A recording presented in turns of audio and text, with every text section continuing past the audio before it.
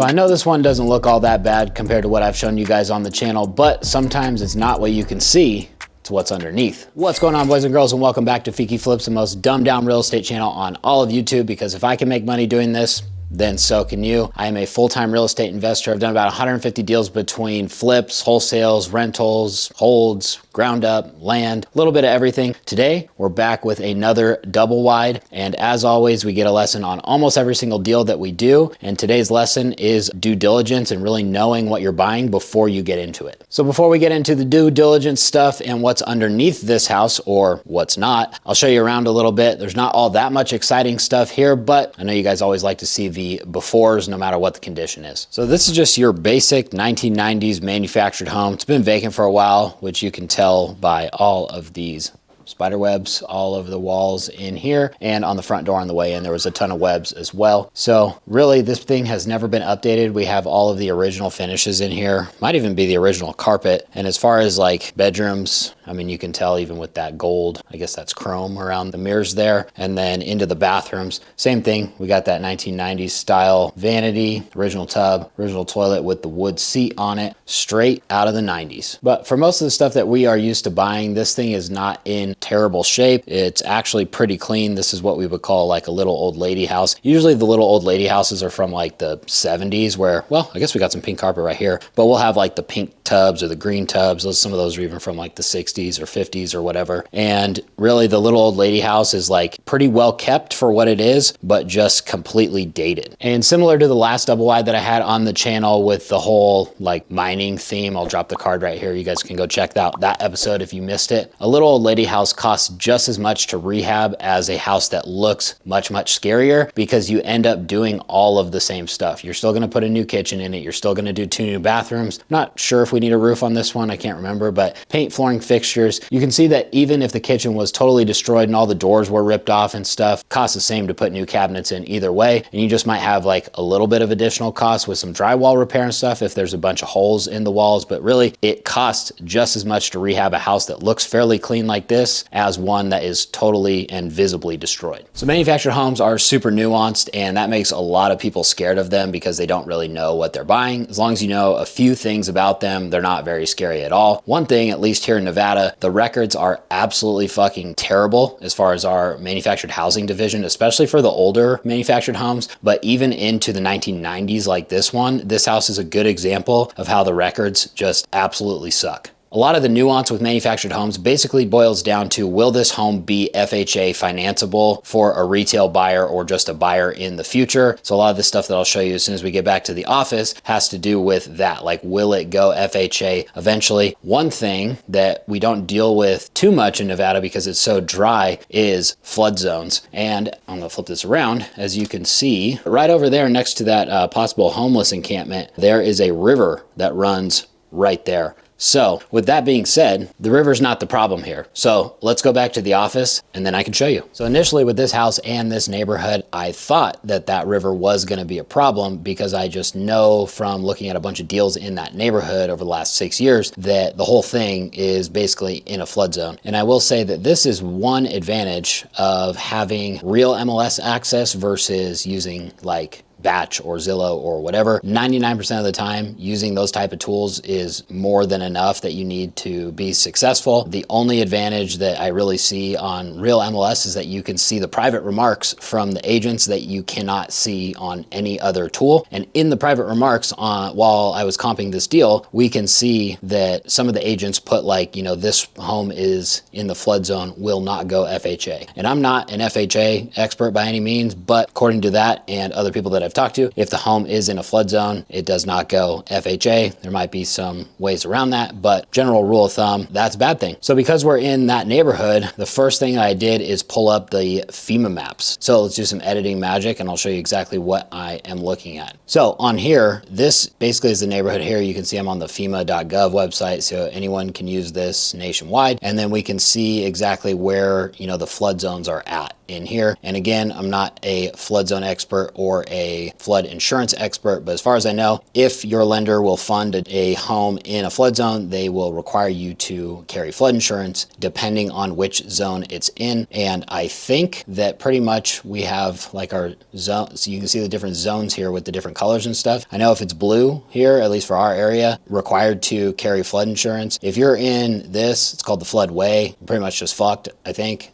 And then I think that in the orange, it is not required to carry flood insurance. So you can see that almost this entire neighborhood is all flood zone. And we happen to be right here. I will zoom in a little bit because it's like really slow loading. This is our house right here. Here's the parking lot that you just saw. And then the river is over there. So you can see no flood zone. This is a good thing because if we can meet all the other requirements that manufactured homes have to go FHA and we're not in the flood zone, that means that our value is going to be higher because it opens us up to FHA home buyers, where almost every other home in this entire neighborhood, FHA buyers can't even look there. Aside from the flood zone issues, basically every time that we're looking at a manufactured home, we're looking for a few things, and I should really just do a full video on manufactured homes because they are pretty nuanced. So drop a comment down below if you'd like to see just kind of a all-encompassing manufactured home video. But in short, the first things that we look at is, was it built after June 1 of 1976? Double wide, has it been moved? They can get,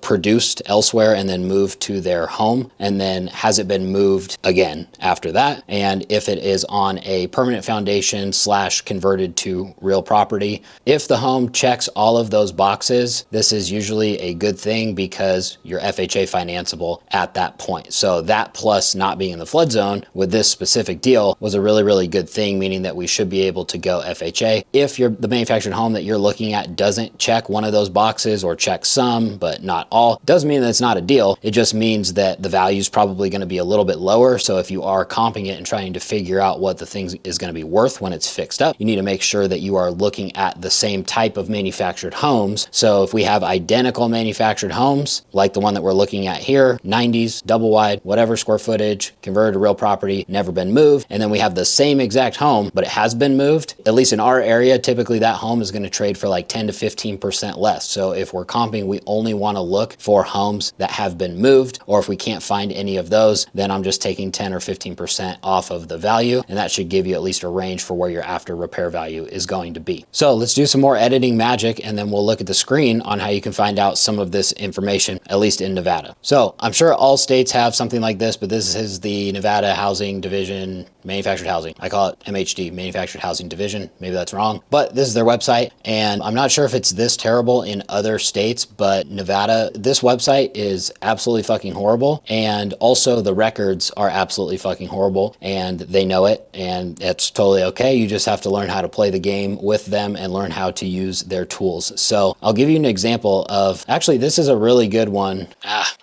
don't want to put the address out there, so we'll have to blur the address in post, but just an aside here before we go back to the screen, the records are so bad that the street wasn't even right on this. It took a while to even find the record on manufactured housing, and it had the number right and it almost had the street right, but the street was not right in their system versus what's like the actual street name on the county. And that's why I couldn't find it forever. So it's just another, whenever we're dealing with manufactured housing, you have to expect all that type of fuckery. So back to the screen, but this is how bad their search is. If you typed in the address, and I'll just do 123 Main Street, we do that. If I click submit, if this was a real address, nothing will come up. It'll have a red thing here that says like cannot find or whatever. And then it's like, oh, well, maybe, if you did street, because those are the only two abbreviations, right? You click submit, red, nothing comes up. And it's like, okay, well, what about this? You just keep making it shorter. Click, nothing comes up. But if you add these wildcards and you go like this, and then you click submit, all of a sudden it works. I have no clue why. I can't figure out why, but I don't even attempt to search without those wildcards at this point because that's how the thing works. So just an aside there, if you are watching in Nevada and you need to use this tool, that's how you use it. All right, so after minutes again of just trying to find the right address, because again, the street is not right on here, I have found it. So this is what the record looks like. So you can see on here, you can get a lot of information off of manufactured housing. Typically what we're looking for, we can see the year, we can do the math math on the square footage if we don't know it for some reason. And then we can see the status here. So this one says converted to real property. On that short list that I gave you guys, remember, converted is good, but that kind of is the issue with this house that I'll get into in just a second, that I have never seen before, never even heard of, dealing with records like this. Now, other than that, when it says used, at least in Nevada, typically that means that it's been moved. So that would not be a good thing, but the records are so bad, sometimes you can figure it out, like with this one. So I'm gonna click show title history here, because if you need to find out if the home has been used, that is how you do it. Okay, so when we go onto this screen, this is where you can see where the home has lived over its lifetime. And it's funny because the title on this one says used, but it hasn't been moved. And it's just because the street name was changed. And it's funny that the original street name here that I know is blurred out for you guys is actually the correct street name. And then they changed it to one that is not the correct street name. And so now it shows that the thing has been moved and it has never been moved. So that's what is so crazy about this system. But kind of an aside, we can see over here though that we have a 1990 home. The title was issued for the first time in 1990. So assuming that this record wasn't here at all, and we just had the one address, 1990 home issued in 1990, it's safe to say that the thing has not been moved because it's only been on one address its entire life. Other times, especially when dealing with older manufactured homes, you'll pull this search up and we can see like, okay, it's a 1979 home. The first record of it is 1980 in Dayton, Nevada. And then it has another record in Silver Springs in 1995. Clearly that one has been moved. It used to be in Dayton and now it's in Silver Springs. So not necessarily bad, but it's been moved. We know that it's not going to go FHA at any point, and we have to be comping off of other moved manufacturers. Other times it's uncertain while, you know, we're doing this type of due diligence because it's a 1979 home and it's in Dayton and it's only ever been in Dayton, but the title wasn't issued until 1990. That's the first record of the home. So it's like, were the records just bad and something happened and the title never got filed or with MHD or whatever? Or was the home like in California for 15 years and then the first record of it is in Nevada at that site in 1990? So these are things that you can find out once you're actually in contract, and there's ways to actually confirm that stuff for certain. But this site is what we look at when we're doing due diligence on a property before we even put it in contract, just so we can run our numbers and see what the thing might be worth when we go to resell it.